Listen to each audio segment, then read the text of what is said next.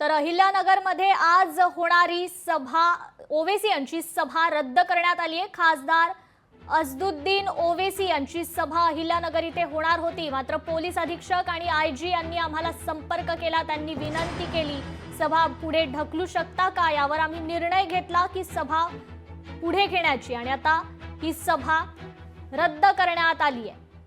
काल अहिल्यानगरमध्ये जी घटना घडली आहे त्या पार्श्वभूमीवर आता हा निर्णय घेण्यात आलेला आहे।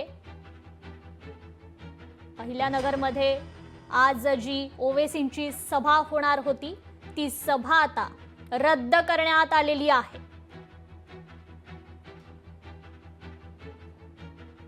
तर ओवेसींची अहिल्यानगरमधील आजची सभा रद्द करण्यात आलेली आहे। या संदर्भात आपण अपडेट घेऊयात। आपले प्रतिनिधी अमोल धर्माधिकारी आपल्याशी जोडले गेलेले आहेत। अमोल, खरं तर या सभेला आधी परवानगी देण्यात आलेली होती, परंतु आता पुन्हा ही सभा रद्द करण्यात आलेली आहे। नेमकं काय कारण आहे?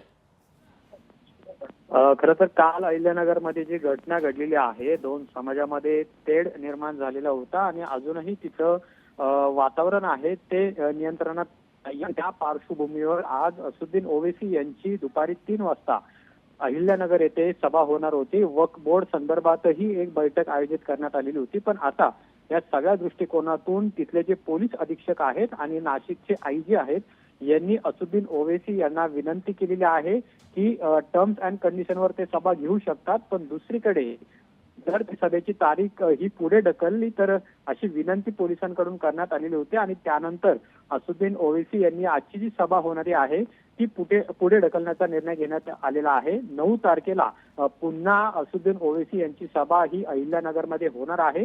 कुठेही कायदा सुव्यवस्थेचा प्रश्न निर्माण होऊ नये, जातीय सलोखा बिघडू नये यासाठी त्यांनी हा निर्णय घेतलेला आहे आणि तिथलं जे वातावरण आहे ते पूर्णपणे शांत व्हावं। जी घटना घडलेली आहे त्या घटनेमागे कोण आहे याचा सुद्धा तपास केला जावा आणि इतकंच नव्हे तर आज अहिल्यानगरमध्ये असदुद्दीन ओवेसी यांची सभा होणार होती आणि त्याआधीच ही सगळी घटना घडवण्यात आलेली आहे का असा सुद्धा संशय एमआयएम कडून व्यक्त करण्यात आलेला आहे आणि त्यामुळे या घटनेची तर निपक्षपणे चौकशी व्हावीच, पण दुसरीकडे आज जी होणारी सभा आहे ती मात्र एमआयएम कडून रद्द करण्यात आलेली आहे आणि येत्या 9 तारखेला ही नियोजित सभा पुन्हा एकदा होईल असं सुद्धा एमआयएम कडून सांगण्यात आलेलं आहे। जी, निश्चितच अमोल, धन्यवाद तुम्ही दिलेल्या या सविस्तर माहितीबद्दल।